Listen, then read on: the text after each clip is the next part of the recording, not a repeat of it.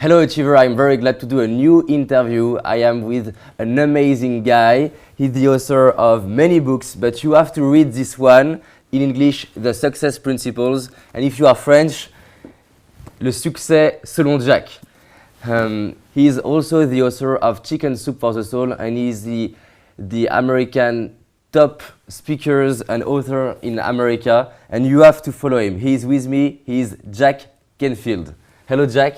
Hi, David. How are you? I'm good. How are you? I'm great. I'm very glad to do this interview with you. It's very inspiring for me because you are very inspiring. Thank you.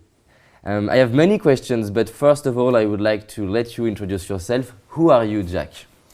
Well, right now I'm known as America's #1 success coach. I'm a trainer, a coach. I have a coaching company where we train people from 81 different countries by phone and by Skype. I am a trainer. We do trainings on breakthrough to success, on maximum self-confidence, building self-esteem, and achieving peak performance.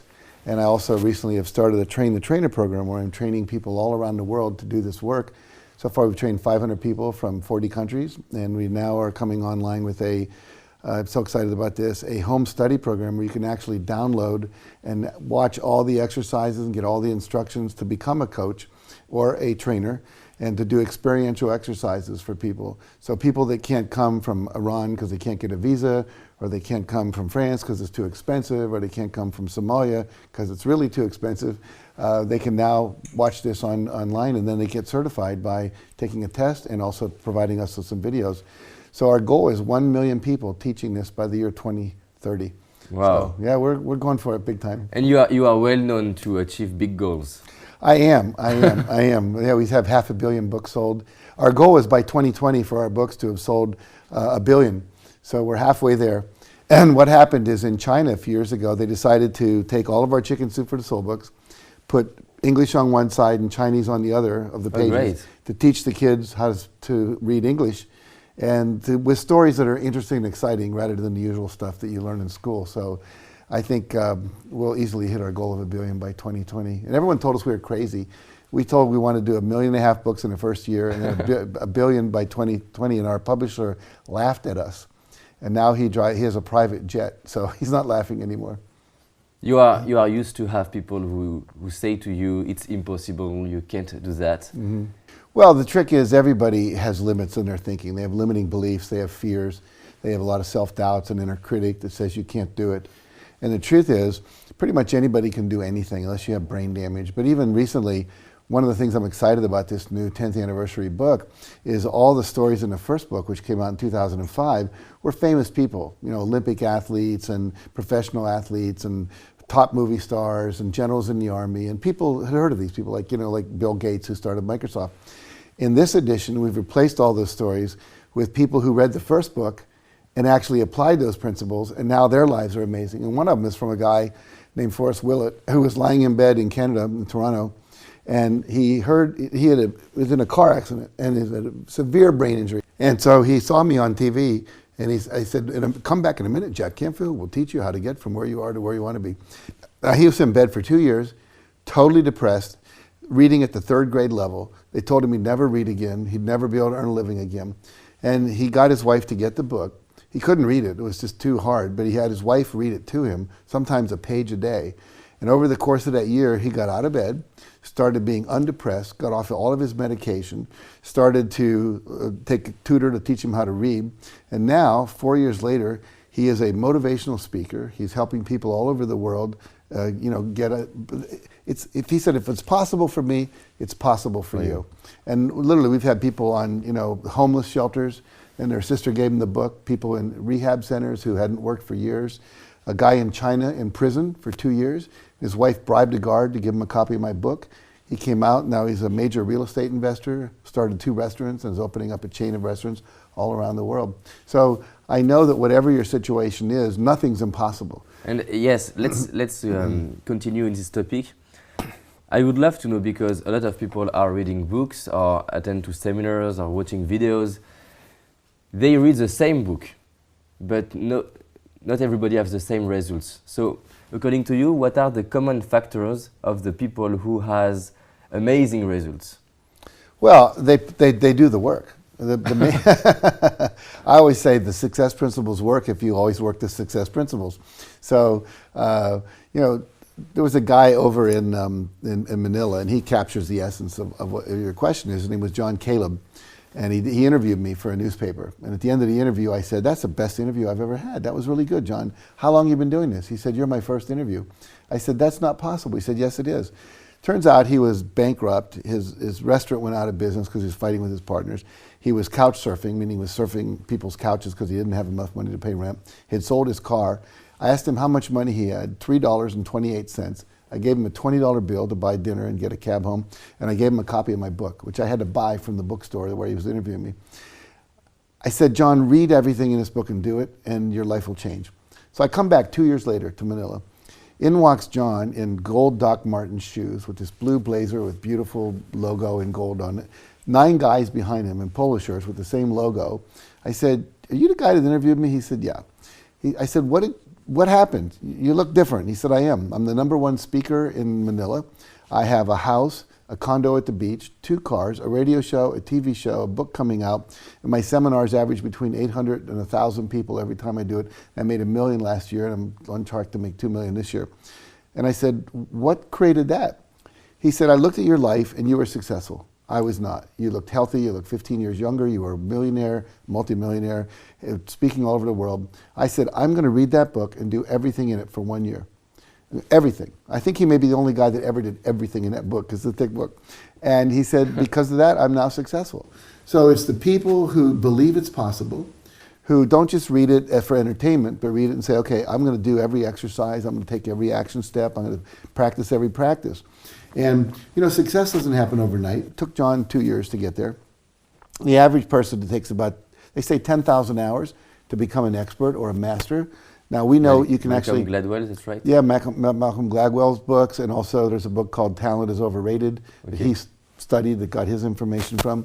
And basically, that's about 7 years to become an expert neurosurgeon, a great, you know, actor, whatever. But we also know if you work with a master, you can get there faster. So if you have a master teacher in meditation, or a spiritual teacher, or a master coach, you know, like some of these coaches that are coaching, you know, tennis players like Rafael Nadal and people like that, you can achieve much faster. But I've known anybody can get from anywhere to wherever they want to go. It may take you a few years, you might have to learn new skills, you might have to develop let's speak new about friends. that. You have many principles in this book. According to you, what can be the top 5 principles we have to understand and apply now?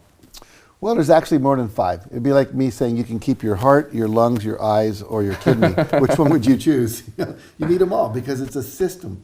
So the first 21 principles in that book are a system that takes you from taking 100% responsibility for your life, and we can delve all deeper into these if you want. Then you have to decide what is your purpose in life.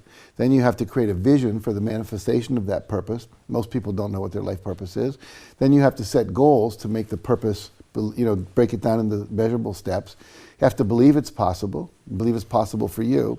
Then you have to use affirmations and visualization to reprogram your subconscious mind so that it becomes a problem solver for you. The subconscious mind is like a computer, or like your GPS system in your car. You put a destination in, it will figure out how to get there. But you have to know how to put the destination in so your subconscious can really work on it, which requires visualization, because we think in visual images, and also affirmations, because we also think with words. Then you have to take action. You have to have an action plan. You have to take action. If you don't know what to do, find someone who's already done it.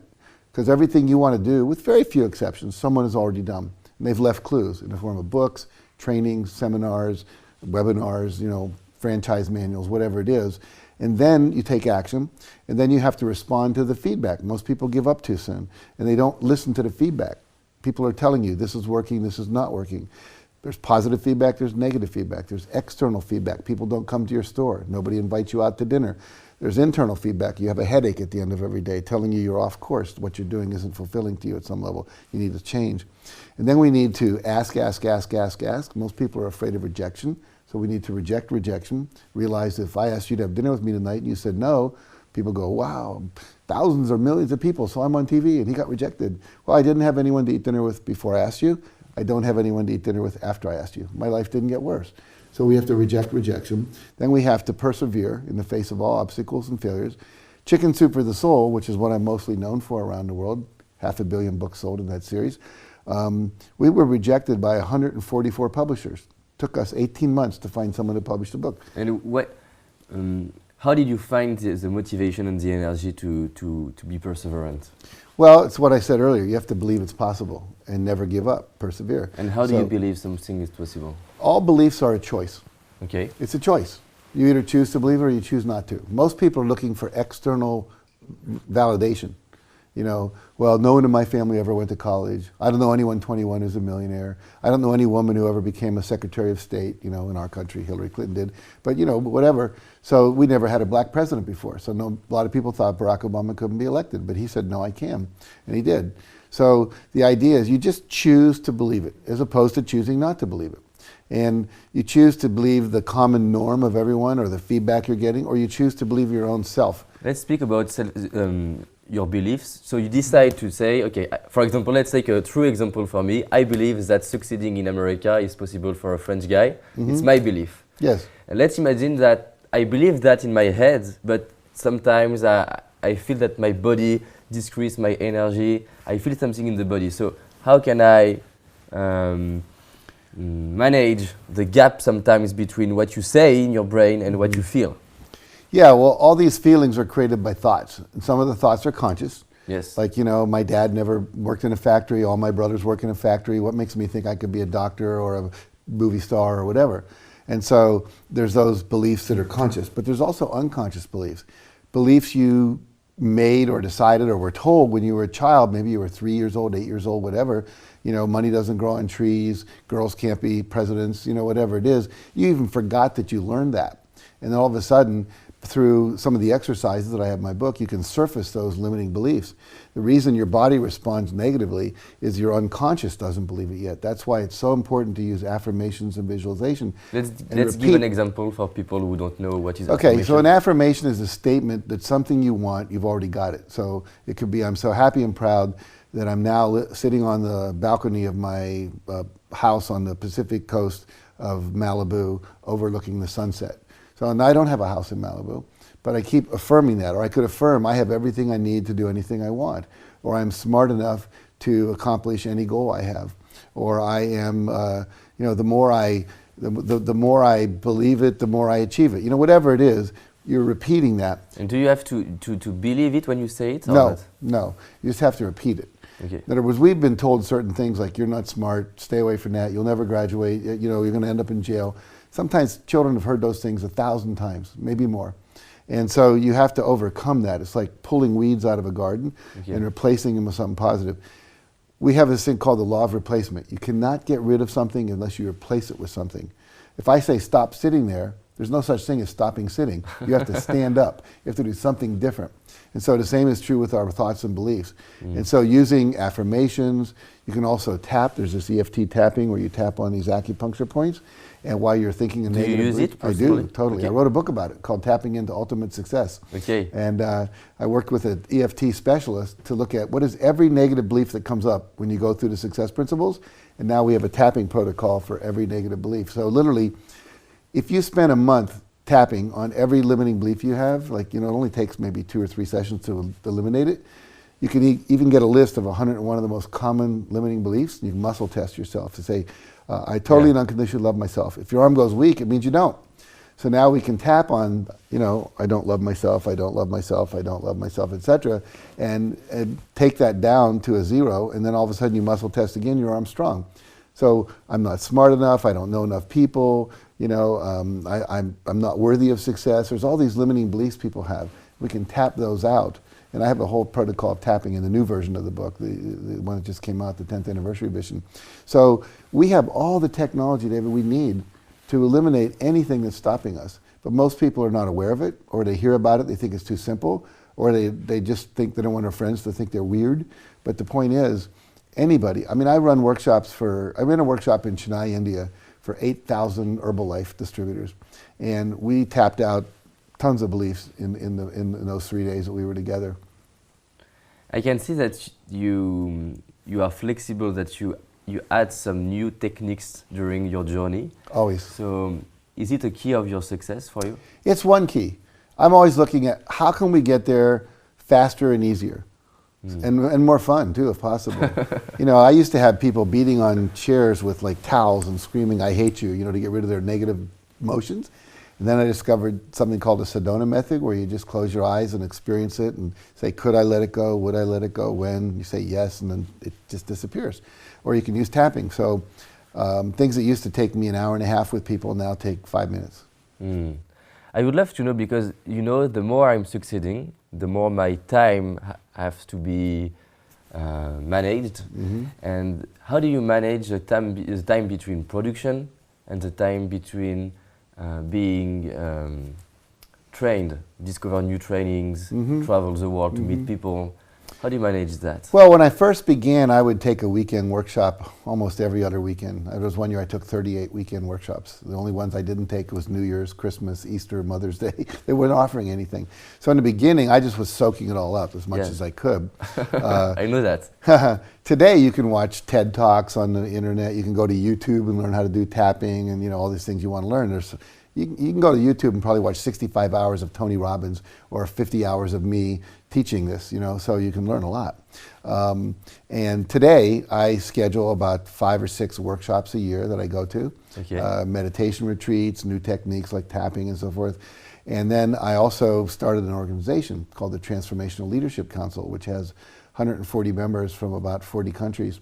And we get together twice a year for 4 days, and we teach each other stuff. So a lot of us just don't have time to go to each other's full workshops, but we're quick learners because we already know a lot of the basics.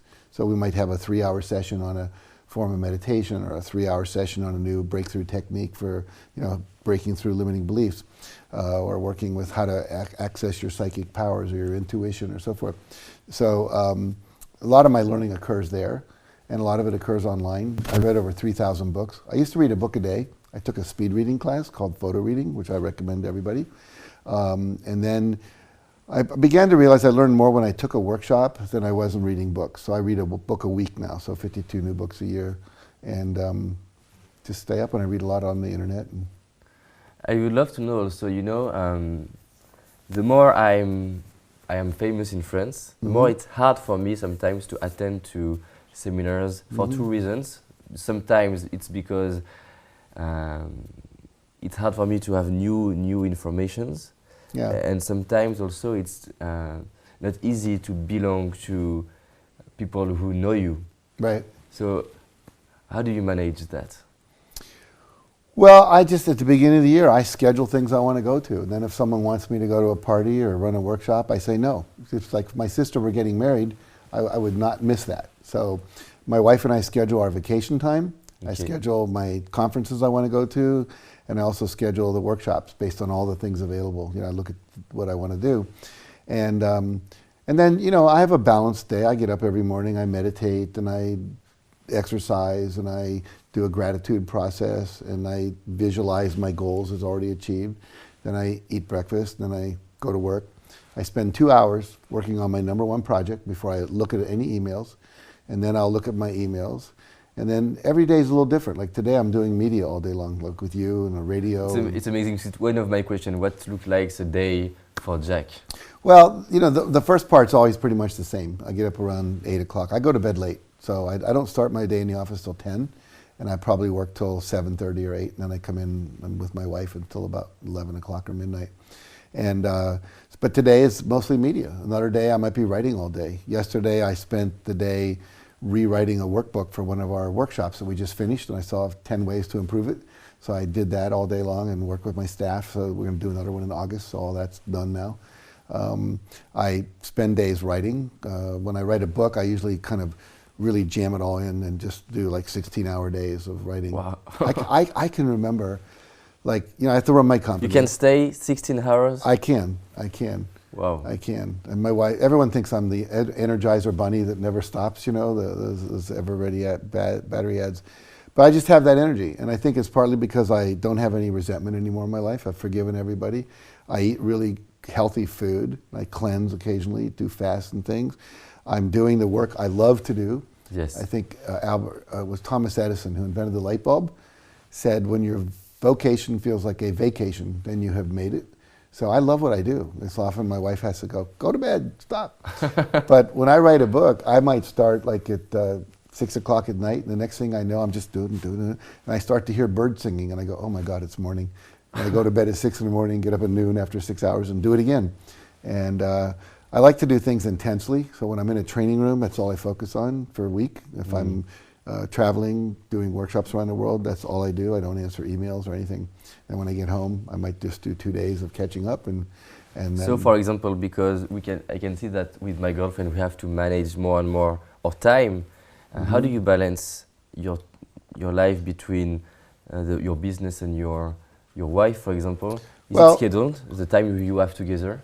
We have date night every week if I'm in town, Friday night. We used to have, Friday night used to be family night, but my youngest is 20, she just moved out, so that's over. And so we have date night. We do a lot of walks after dinner. We'll walk around this area. As you see, there's a lot of open spaces, and we'll go for maybe an hour-long walk. On the weekends, we'll walk on the beach. We schedule our days and times together. Is it important for the balance to yes, know when yes, and you have to sit down. Everybody's different. You know, my wife's, I don't know if you studied the 5 love languages, the idea that when you're giving someone, when you're trying to express love, some people want to hear words of affirmation, I love you, you're important. Some people want quality time. So with my wife, she's quality time. So I just listen and I nod a lot and say, thank you, what else? And so we know that we have to do that at least 3 or 4 times a week or she doesn't feel loved. For me, I'm physical touch. If you don't touch me and nurture me and make love with me, and I don't feel like I'm loved. Some people are acts of service. You know, you wash the dishes without being told.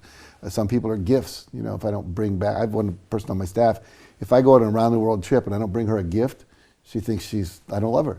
You know, so basically, you have How do you know how someone is loved? You ask them. Easy. It's really easy. You say, here's the 5 love languages. Which one do you think you are? And they go, oh, I love gifts. Or you can do things like give them words of affirmation. If I tell my wife really cool stuff, she goes, yeah, whatever.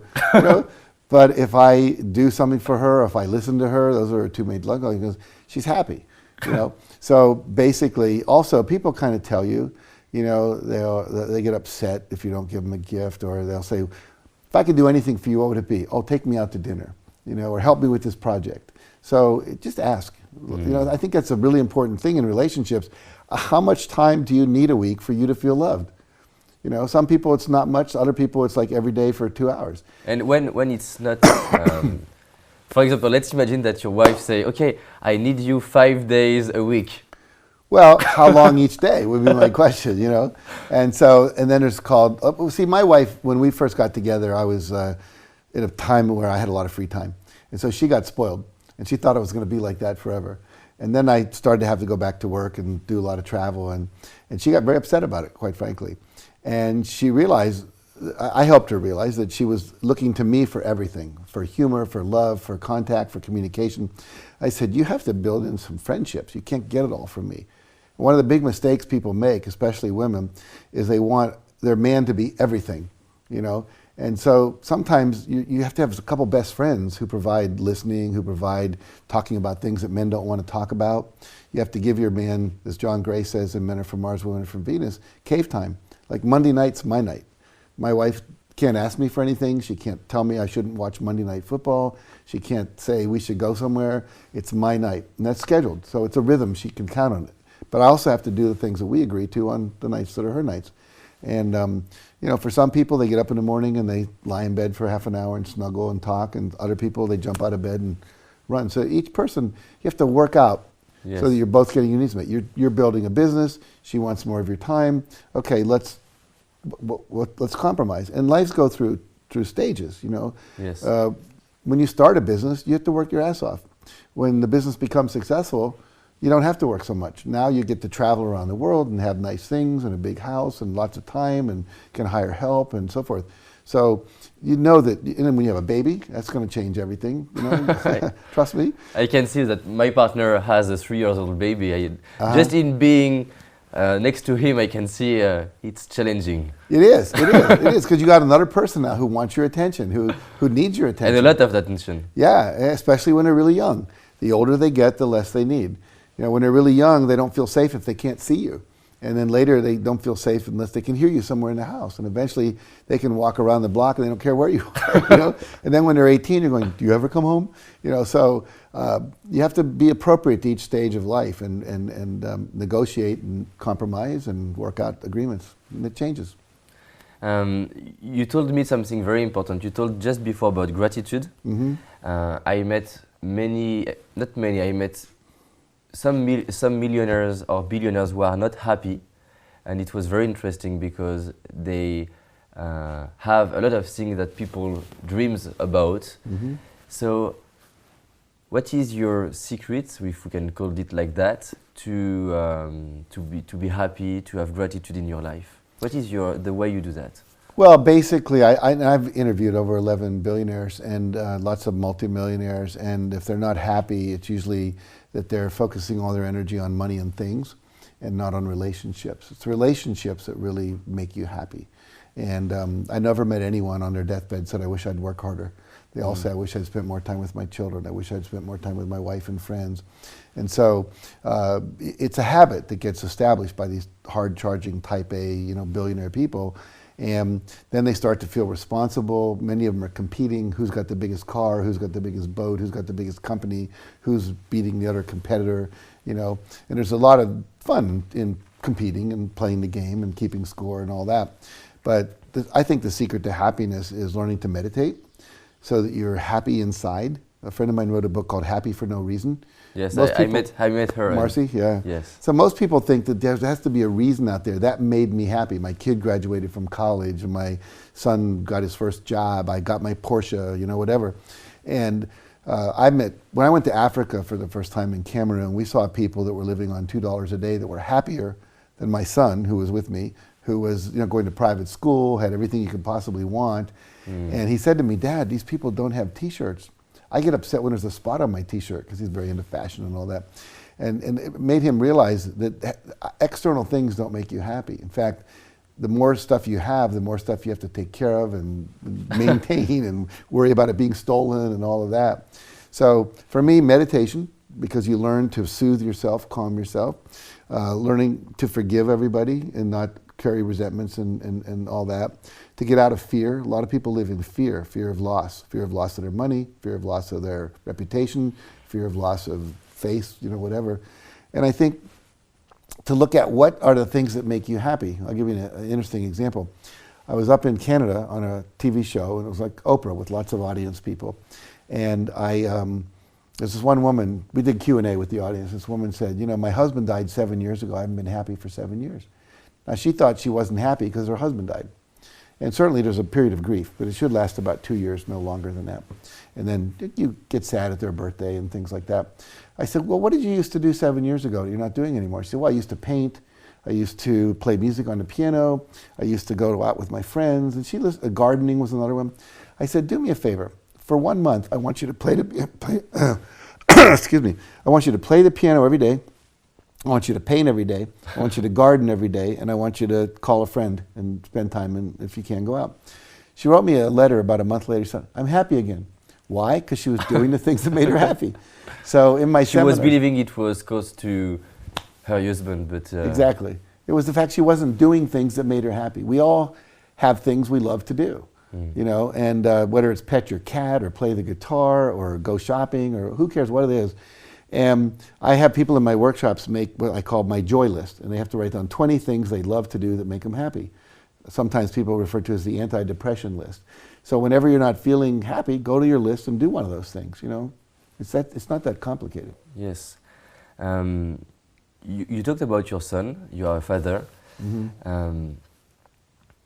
I would like to talk about one of my fear. My parents are not rich. Mm-hmm. And I developed my success in working, and I love that. I'm very proud of what I created in France in less than 2 years. Mm-hmm. But sometimes I have a fear that the fact I'm becoming more and more rich, my son or my daughter will be born rich. It's weird maybe, but sometimes I have the fear that they will not have the the fact that I was born in this kind of circumstances helped me to find the motivation to grow, to learn, to travel, to ask questions. It cost me a lot to travel, to meet people like you, but I have the motivation inside. And how it was a question for you or not to manage how you can share the desire to grow and learn when your child has externally everything? Well, I have three sons and a stepson and a stepdaughter. And when I was, my two oldest sons, they were not born into rich. I wasn't rich yet. Okay? So, because one of them's 43, the other one's 39, I think.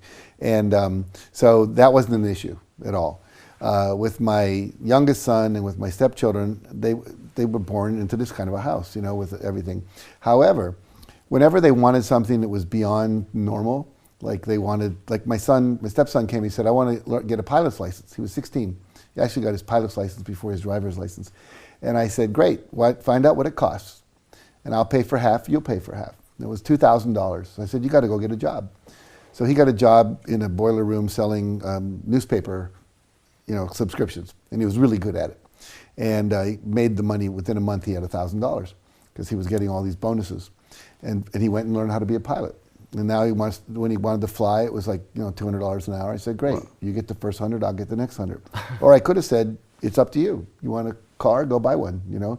And I always matched them. I wanted them to know I supported them, but he wanted a BMW for graduation. I said, find out what one costs.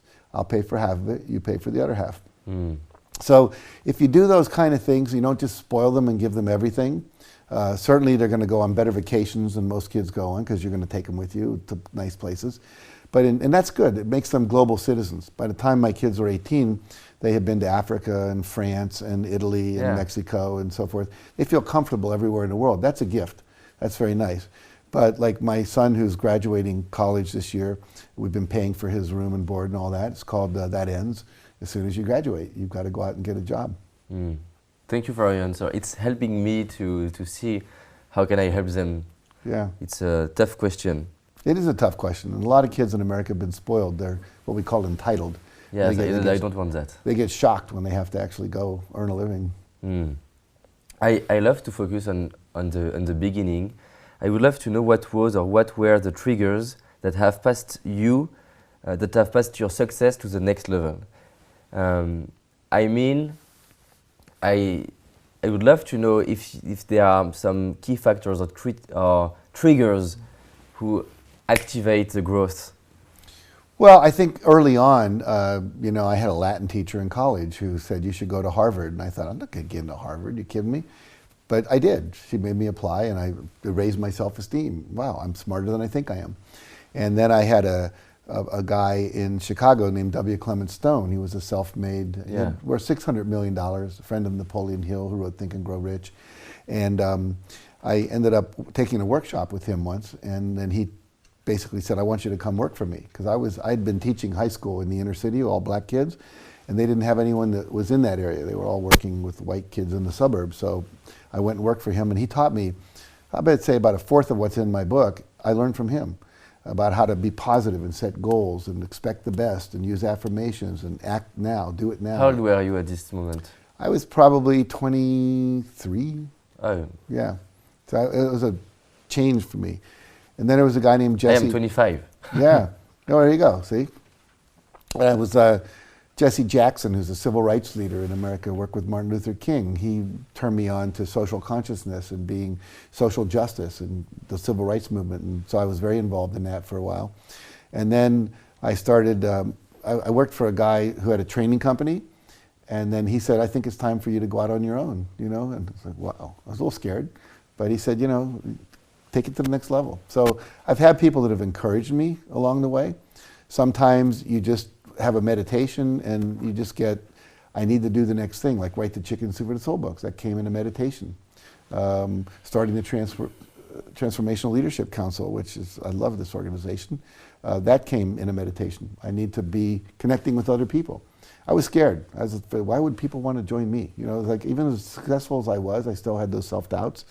But I always say, even though you have a doubt, do it anyway. You know, do it scared. Don't be afraid of being afraid.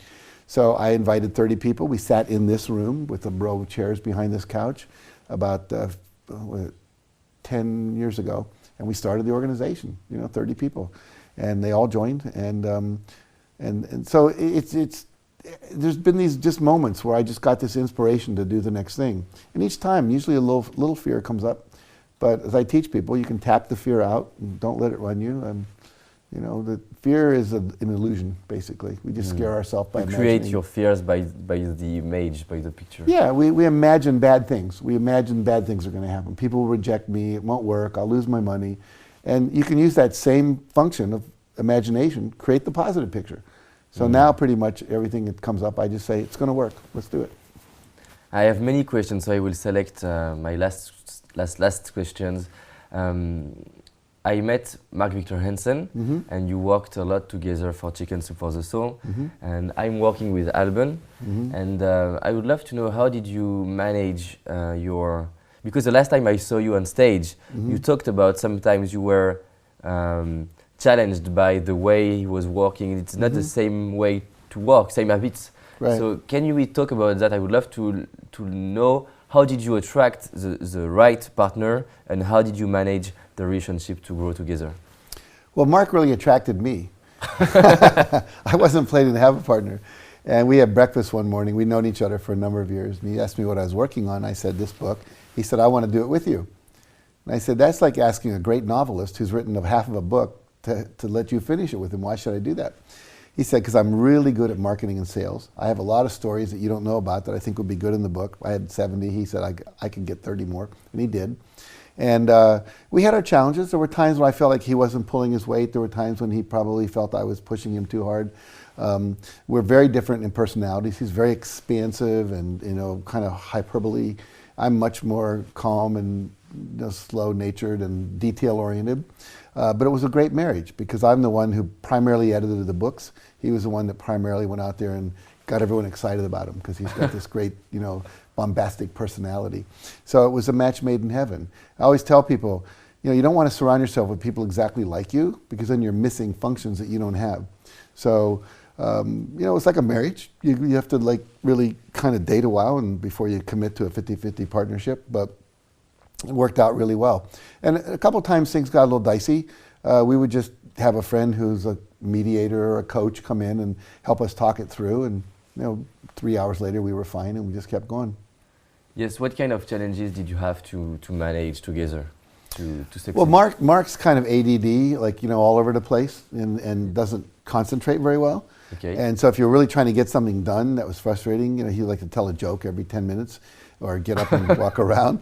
And Mark, we're trying to focus, So eventually we said, look, don't come to those meetings, come to the marketing meetings and the sales meetings. So we learned how to use the best of each other and not, make each other wrong for it. I remember there's a woman named Byron Katie who teaches this work. Yeah, I love what she's doing. Yeah, so do I. And the first time I was introduced to it, someone gave me a cassette tape to listen to in my car. I was driving from LA up to Santa Barbara, and I was kind of mad at Mark that day for something. He did something where Mark would always give people, if you asked him for a testimonial quote for your book, he wouldn't even read it. He'd just say, write good stuff about it. And someone had written a book on sex toys and asked Mark if he would give a testimonial. And he said, this book is like chicken soup for the body or something like that. And it was really inappropriate for our brand because our brand is very much, you can read any book to your children. There's nothing, risque about it. And I think that was like, Mark showing up in a thong or something. It just wasn't right, So I was a little bit upset with him. We got him to rescind the testimonial. It all worked out. But I'm driving home and I'm listening to Byron Katie say, what's your belief about how this person should be? And I said, well, he should never do that, and he should show up on time, and he shouldn't over-exaggerate things, and yada, yada, yada. And then she said, can you know that's true? And I said, well, really? I don't know. Can you really know it's true? No. Who would you be? Who are you when you think that? I feel angry. Who would you be without that belief? Well, I'm relaxed and calm. So I let it go. I went through about 3 of those little repetitions, and then it was like, well, I need to be more outrageous. I need to be, you have to own the turnaround statement. So that was very helpful to let my beliefs about how he should be and start relating to him how he was and really appreciate what he brought to the table and not resent him for what he didn't bring to the table. Because no one can bring everything to a relationship. And I would love to know also, because sometimes when you, how did you manage, because you didn't work the same amount of time, right? And how did you manage the proportion of the money you will get from different projects? Well, we had determined early on we were going to be a 50-50 partnership. Okay. And partly how that scaled out was Mark's wife, Patty, at the time. She ended up taking over all the legal work and doing all the contracts and protecting us when, people would violate our trademark and all of that.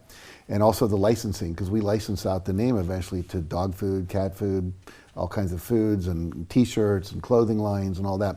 So she handled all of that. So between the two of them, they really held their position in terms of the 50-50. Without Patty, it might not have been so fair. On our side, we took all the responsibility for the editing and the production of the books and soliciting for stories and all of that. So they were kind of a little more the business side, we were more the production side, and that's how it made it fair. I know that Chicken Soup for the Soul is self-produced. Mm-hmm. Why did you choose to be produced by a publisher? Well, actually, Published. Chicken Soup for the Soul was a publisher with Health Communications. Okay. So after 144 rejections, we would have published it ourselves, self-published if we had to, because we wanted the book out there.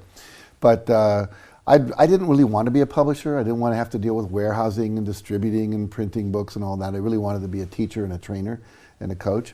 So basically, that's why I work with a publisher. Now, we make less money because we get maybe $2 a book as opposed to, $10 a book. But I'm not complaining. We did very, very well that way. Okay, so you are focusing in what you love. You love to teach people, so you want to invest your time in teaching people. Yes. Okay, how people can follow you and continue to... I know that you are coming in Italy, in Tasmania. We're coming to Italy, I think, in July. In July for your in private event. Yeah, we ran a villa outside of Florence, and if they can come to that, they can come to our trainings here, they can come on to our online trainings. Just go to jackcanfield.com. Okay. It's my name, JACKCANFIELD.com, and everything you need is there. All of our books, our audio programs, our trainings, our coaching program, and it's a very robust website with lots of options for people to learn how to take their life to the next level. But the main thing is that book is where anyone should start, The Success Principles. And I love it. Thank you. I read a lot of books, and I love to read stories. And one of the stories who inspired me was the story of the luge man, and I met him finally. Oh yeah. Ruben Gonzalez. Yes. I met him. He's very inspiring stories. I love him. I met him too, and I He just has fell a in love with him. great energy. Yeah, he's incredible. I love his story where he said he was in the gym and he was working out next to some big famous boxer, and the guy said, "What do you do?" He said, "I'm an athlete." "Well, what do you do?" "I'm a luger."